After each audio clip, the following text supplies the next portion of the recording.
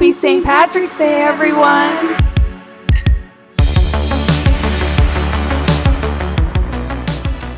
We're going to be drinking Sutter Home Sauvignon Blanc in honor of St. Patrick's Day. Whoop, whoop. Because this type of wine goes really good with dishes from Ireland. Oh, okay. So we're going to start with this, and then we're going to go into our Barefoot and Bottle Box Pinot Grigio. Mm-hmm. And then at the end, we will kind of guess the prices and put them in order best to worst and let you guys know. Wonderful. Thank you. Let me see if I can do that. Okay. I kind of want to hold my microphone.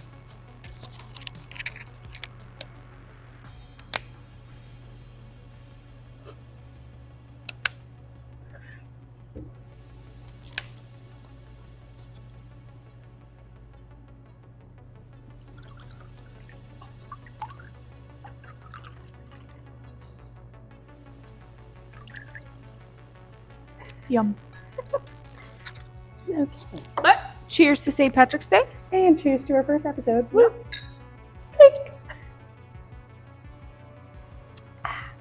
Ooh, It's very good.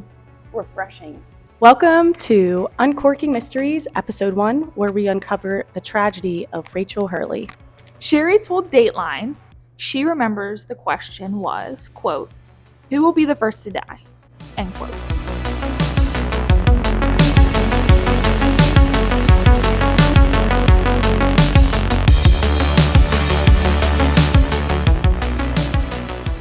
"34 years ago today, on St. Patrick's Day, March 17th, 1990, Yep. Unfortunately, Rachel Hurley was murdered in Jupiter, Florida. She was 14 years old? Yep, 14 middle years schooler. Mm-hmm. She was a middle school student from Jupiter, Florida, who loved music, was fun, a little sassy, as some may say, but Per Sherry? per Sherry. Sherry Duff. That was one of her best friends. All right, so let's unravel this crime. What happened? So, March 17th, 1990, friends went boating. So, from the articles we read, 3 girls, 2 boys decided to go boating at Jupiter Inlet. And Rachel was on that boat as well. Yeah, she told her mom that she'd be back by 3 p.m. And her friends docked the boat at 2:45. So Yes. she probably had enough time to get back. Yeah, but she was walking along the beach, and then she took a mysterious trail, as some people assume is where the murder occurred. Yep. We'll get into that later, why we assume that it could possibly have happened somewhere else. Yes. So the 2 friends that she left with were Erin and Maddie, and whenever they left, they wanted to stop at the bathroom because they couldn't hold it anymore.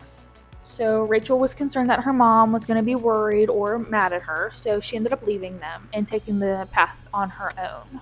Her mother, her name was Andrea Hurley, was supposed to meet her at Carlin Park in the parking lot, I think it was. Yeah, that's where she said that she thought she told Rachel to meet her there. But on second thought later in the investigation, she claimed maybe there was a misunderstanding. Yeah, like she either wanted to be picked up at Jupiter Inlet or if she was going to catch a ride home. Right.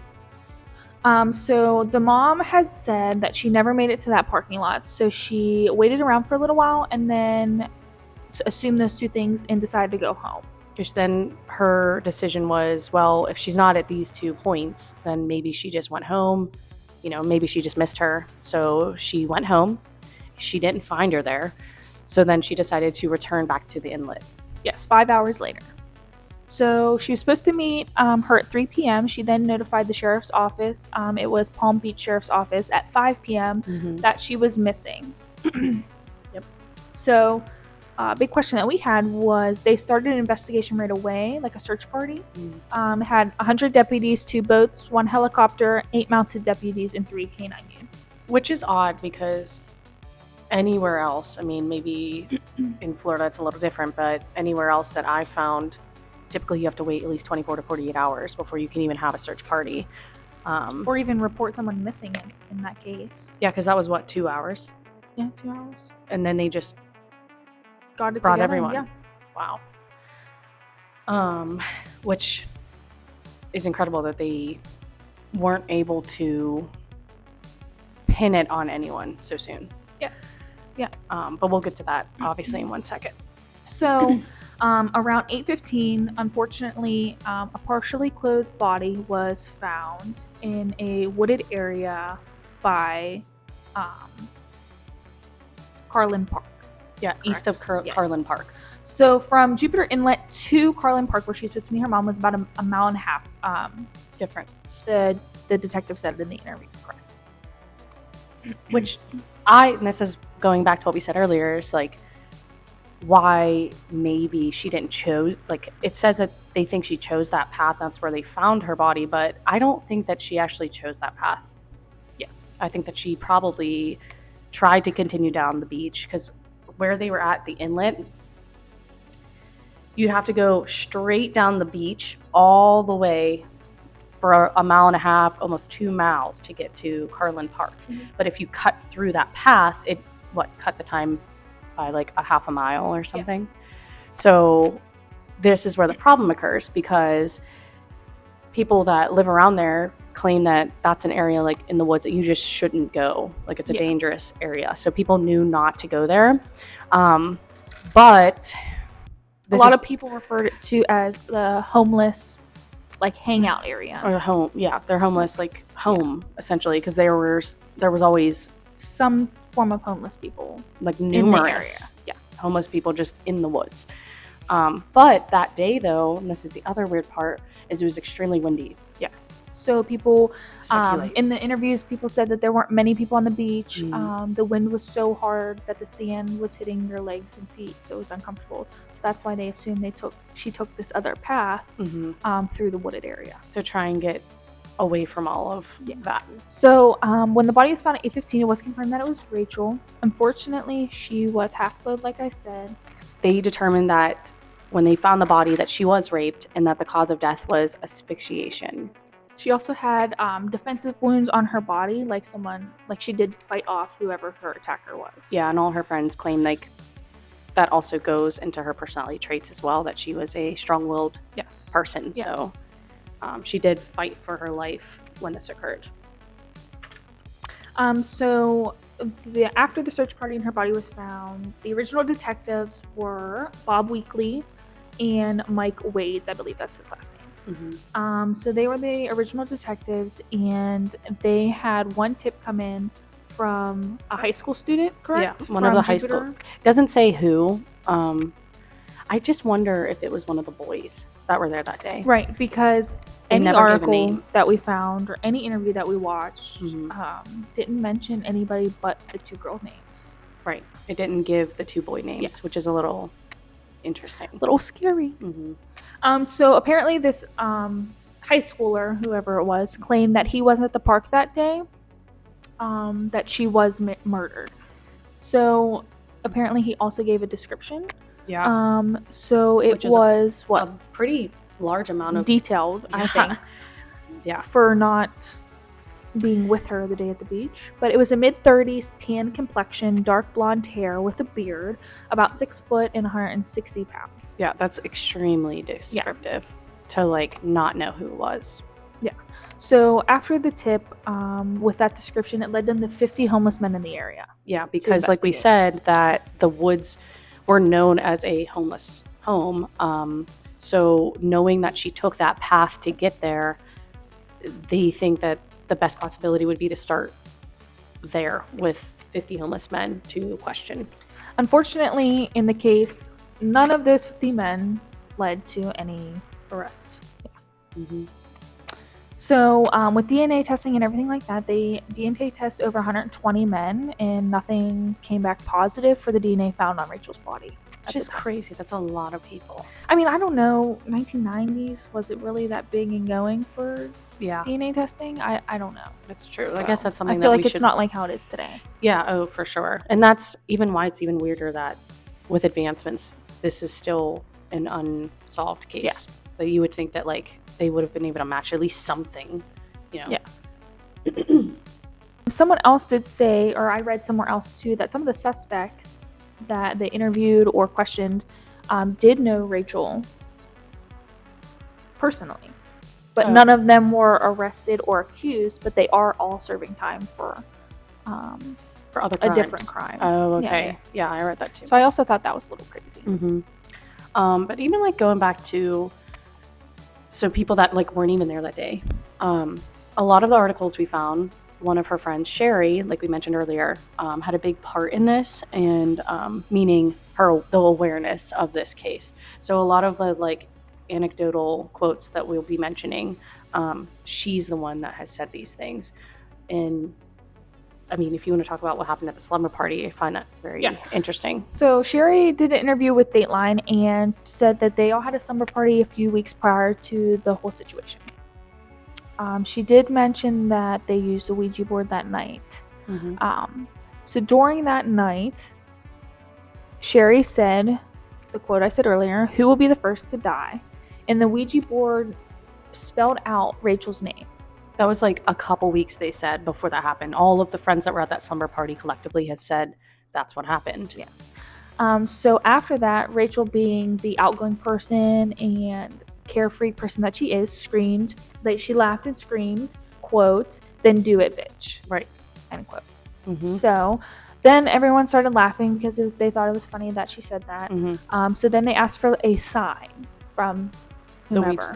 Asking the Ouija board, like, give me a sign. Yeah. And apparently all of the alarms in the house started to go off. So that like freaked them out.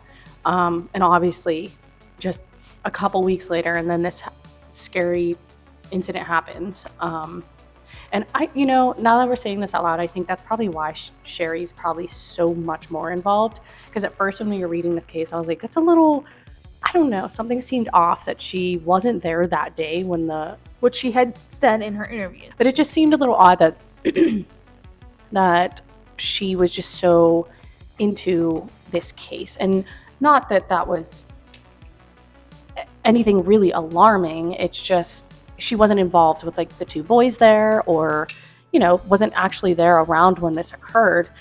I mean, I don't know, I feel like most people would kind of take a little bit of a step back. Yeah. But and after this all happened, and she did go out with the search party afterwards, she did say that, but her mother made her come home. She didn't want her out there before her body was found. I believe it was before her body was found. Found, they said. Yeah, you're right. I think I read that too. So unfortunately, in 2013, William Singer came back. So he was the detective. He came out of retirement, and I believe he was working just cold cases at the time. And he picked up upon this one. Yeah. So they did a little mini docuseries. Was it with Dateline or was it with the county? I think it was with the county. With the county. Because they even posted it on Facebook. You can find it on there if you're interested. They did make a documentary about this case specifically. So you can definitely go ahead and watch that. And he is on there. So you can see he William does Springer. Yeah. He does work very closely with Sherry Duff. She is also in that little mini docuseries. That has to do with it, and she answers to this questions. day. So she's still like just there, just fighting to find answers. Yeah. So even years later, working with this detective and everything, Sherry also found out that tips were sent to wrong police departments. But I guess they were never sent to the correct facilities or whoever. They never notified them. Which, how does that happen? That's what I'm questioning, because if you're a police department and you get a tip about a murder case, that should be direct line, right? I know there's a dispatch, but like that's the county there. Yeah, come on. It should have went straight to the Palm Springs Sheriff Department. Right. Yeah. Interesting. That was a little sketchy. So William Springer, the detective, definitely wanted to solve the case for Andrea and her mother and her father. Her father, but what tragically happened to him also. He ended up passing away. I believe it was 2019. Her father, shockingly, ended up passing away before, obviously, this case was solved. So Detective William Springer is just distraught over it. Her dad ended up passing away even during the docuseries. So 2019. There was a phone call that was involved while they were filming, and they found that her dad passed away tragically during their grandson's lacrosse game. He was coaching that. So that had happened, and Andrea, her mother, basically made a press release. You can see it all online. I think there was an article that we used from 2022, basically the anniversary again. And in 2017, that was her last press conference, basically asking anybody to come forward that has any information that can help them.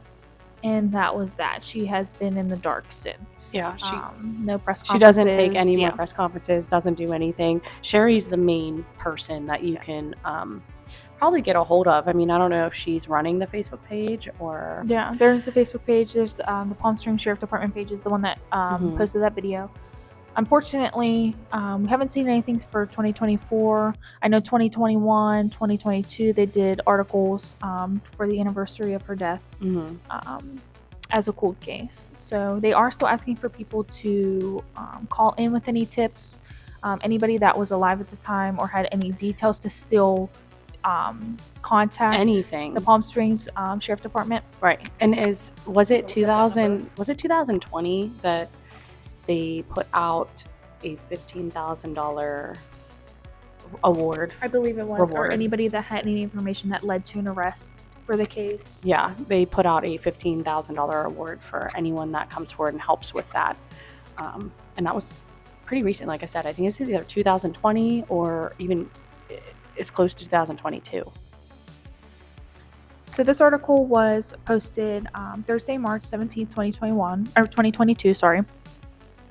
Basically saying, this is 32 years looking into this teen's killer. Kind of gives you the backstory of everything that we explained here on the podcast today. It was the $15,000 reward for the information that led to an arrest. And you can also contact Crime Stoppers at 1-800-458-TIPS. So if anybody, not that our little podcast is going to get any information, but if anybody can help anybody, us, I would definitely call that number. Reach out to that police department. Unfortunately, this year marks 34 years since her passing, like we said earlier. Yeah, to this day. 34 years that they haven't been able to find anyone, or even something that would closely pin someone to the scene. I mean, the only tip that they ever mention is the one person from high school, and they don't even mention the person. I'm sure it's... Names. I mean, there was no name dropping. Right. At all. There was nothing. It was just... interesting. Her mom, father, Sherry was a big one, and truly that was it. She has her name, all over the awareness of it, but as far as what happened that day, and like who's seen it, not seen the actual murder, but... And the events that occurred, Yeah, there was nobody. But who are the nobody around? Yeah, who are the two boys? I want to know what happened to the two boys that were there that day. First off, what were their names? And were they even questioned? Were they from the high school? Were they just a random person that they met? Because a lot of the interviews, again, this is in 1990. You couldn't just go on Instagram. You couldn't just find someone on any of the dating apps. Like, they had to closely know these people, whoever those boys were, I would assume. Yeah, because they were in public. Yeah, but they were 14. I mean, I don't know, because at 14 in 1990, I guess you could just take a stroll and meet someone. You kind of could just do whatever you wanted back in the day. Yeah. I mean, I feel like you shouldn't have had those worries. I feel like it was a lot different back then. Yeah, a lot more independent behaviors definitely occurred. But it's still odd that they wouldn't mention any of them. I wonder if... I don't know. I just wonder why they haven't come forward or even put their name on anything. Yeah. Where did they go after? I feel like everyone went MIA. Aaron and Maddie, where did they go? And truly, I mean, the only articles that we found were articles based off the mini docuseries.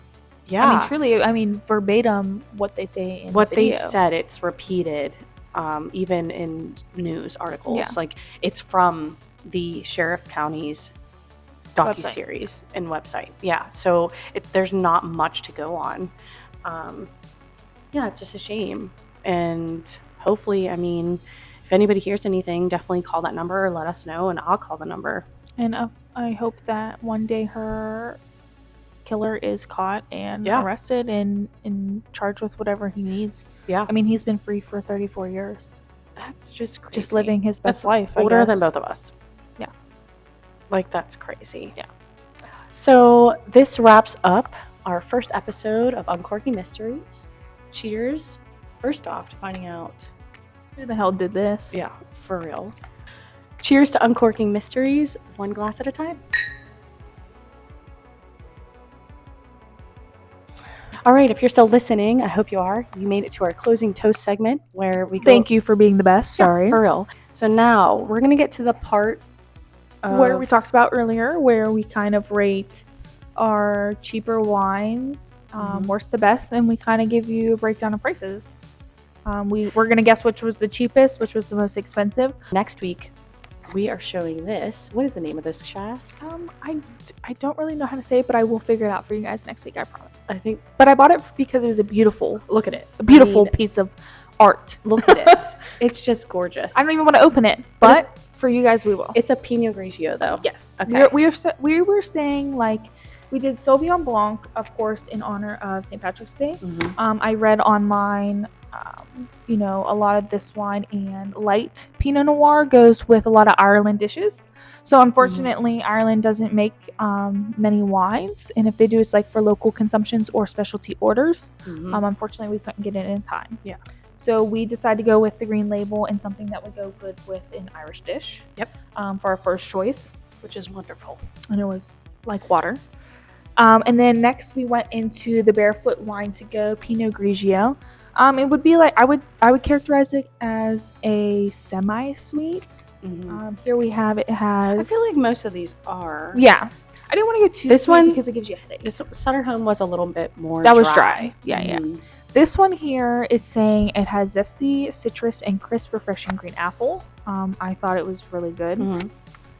And then we also did the Bada Mini Pinot Grigio to go, basically.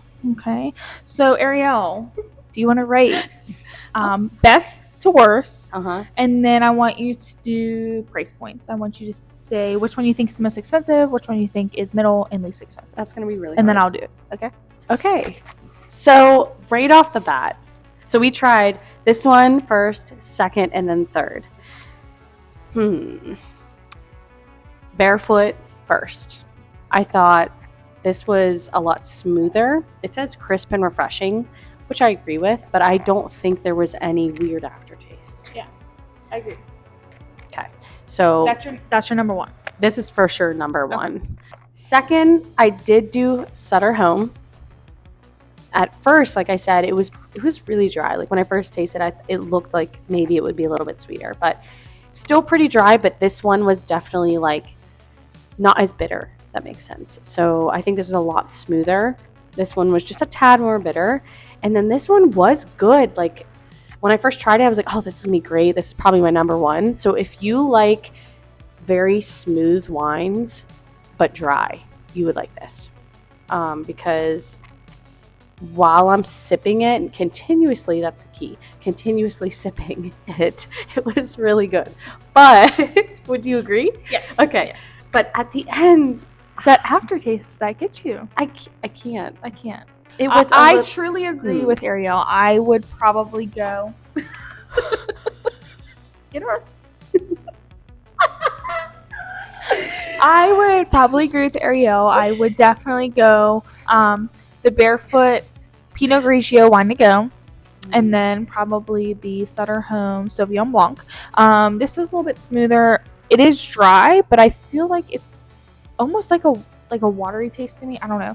We're coming off of sweet wines that we used to drink, so us trying these new ones is different. Yes, it's different. It's kind of weird. You're right. I forgot. It's like almost like a smooth. This was just almost watery. So yes, like, like you it like tastes like water with a hint of something. Yeah, I think it's like an apple pear or something. I'm not sure. Well, it doesn't say on here. No. And next week we'll be better prepared. We could probably look up the notes for it. But we're just winging it. But this, like she said, it's a very light taste. But I think that's why it wasn't that bad to try to start out with. Because if we would have started out with this one definitely was okay. Like you said, it was smooth. But the flavor was the like aftertaste impactful for us. Ooh, yeah. If we would have started out with that, I would have like been scared to try these two. So, price point for me, my opinion, I would say Bada Mini is probably the most expensive. And then I'm going to go Sutter Home as second. and then the Barefoot wine to go. So I didn't even know like about the, what is it? Bought a mini, so it's called bought a box. If you get like the normal size Bought box. a box? Bought a box. Okay. So they usually sell it in just a box and then this? Yeah, so those are like wines to go. Oh, so if you There's multiple brands of all of these wines that are wines to go. So that's interesting to me because, okay, so let's rewind. Now that I know that it's a boxed wine, yeah, I would have put this like cheaper than those. Those two. Okay. I'm gonna put this at the cheapest for me personally. Okay. And then, I think I'm gonna do Barefoot next. Okay. I think this is like the medium priced one. Barefoot. Last, I'm gonna put Sutter Home, more expensive, just because it was, I don't know, it just felt like a, what did they say in Greece? Dessert wine. I'm done with you. So, you got the prices. I have my receipt. Right. Okay. So I bought all these together. Didn't look at the price. Okay. So, Sutter Home comes in a 4-pack. They are 184 milliliters. Or 187 milliliters per thing. There's 4 of them. For $9.99. For what? $9.99. Sorry about that, guys. Okay. 13 cents per milliliter. Great. For the Sutter Home. This one. Okay. So then Sauvignon Blanc. we go to Barefoot Wine to Go, Pinot Grigio. This whole thing was, I got on sale for $4.19. So divided by how many milliliters, it's 1 cent per milliliter. Okay. So right now, just those two. This one is more expensive. By a lot. Yeah. Which is surprising because I thought they were on the same level. That's very surprising. So then we have the bottom mini Pinot Grigio. 1 cent, 0.24 though. Oh, gotcha. So this was a little bit more. So if we went full bottles, so say we were going to the store and I wanted a bottle of each. Right. Sutter Home, we're looking at 1.5 liters for this brand for $14.99, which isn't bad. Okay. For Barefoot, if we're looking at this, it is also 1.5 liters, $14.99. So they're on the same playing field. So when you get the bottle, it's the same. It's a better deal. But the wines to go, not so much. No. And then so Bada Mini, they sell Bada boxes is what they're known for. They're boxed wine. Yeah. So Bada box Pinot Grigio is 3 liters, which equals 4 750 milliliter bottles of wine. Wow. So which is this times 4. 4 of those for $23.89. Oh, it's pretty solid. But again, not my favorite Pinot Grigio, I must say. Truly, this would have been the cheapest box wine. Yeah, for the whole box. Yeah, because the other two are same for this same size level amount. If they would have just made a box in this amount, yeah, that would have been what, $5? Yeah, and 97 $6. Truly, okay. if we round it up. Right. So way cheaper. Yeah. Half as much. So conclusion for me. Yeah, no. Sutter Home and Barefoot are kind of same level. Same playing field. If we're just going off these, then our amount was, this by far Sutter Home was like way more expensive for this little amount. Now if you bought the bottle, same playing field. They're the same amount. Same amount, same amount of money. Price, same dollar cost. Milliliter. Yeah. Yes. But the bottom mini blows them out of the water. Basically. Which is crazy. So all in conclusion, the cheapest wine that you can buy is this one, right? I would say, yeah. Because and if our math isn't mathing, please don't come for us. We're doing our best. Doing our best. But it was, for these sizes, this was the middle one, the middleman, for the price. But the whole box itself is getting 4 of those. Yeah, 4 of those for $23 versus just this for $15. So all in all, this is beyond the cheapest. The cheapest. And I mean, this is the other part though, as far as taste goes, I rated this the worst. Me too. Oh. So you truly I wouldn't buy it, but here we are. Maybe there are other flavors like their Moscato or Right, we can get into Pinot those. Noirs or Sauvignon Blancs might be a little bit better. That's true. But and we can get of Pinot Grigio, no thank you. We can get into like as far as like pricing goes and like what's our favorites for just this brand if we wanted to. 100%. But if we had to pick between these two, I would go Barefoot. Yeah, this one by far was just smoother. The flavor was much like just easier crispy. It was like crisp. It was easier to digest. I feel like way too dry. Now, if you love dry wines, you 100% may have liked this better. If you're a white wine girly, yes. Let me. Yeah. All in all, definitely the Barefoot. Yeah, for me. Yeah, this is for sure in our books. Yes. Number one. So go get it. Go try it. I hope y'all like it. I do too. Of course, we love having you all here. Feel free to comment what kind of wines you would like to see. Yes. What kind of brands you would like us to compare. If you want us to do one brand of certain flavors or different flavors, let us know. Yeah. Because we'll try it. I do have a lot gifted to me. I'm just a little hesitant to try them, but that's the point of this podcast, other than corking mysteries. Yes. So if you guys don't comment anything, then we will figure something out for you guys and give it to you next week. Thank you for making it to the end of our first episode. Yes, I hope you enjoyed it. Cheers to that. Cheers to episode 1. Woohoo! Yeah. Woo woo woo! Please, let's go pee. Cheers to that, mother.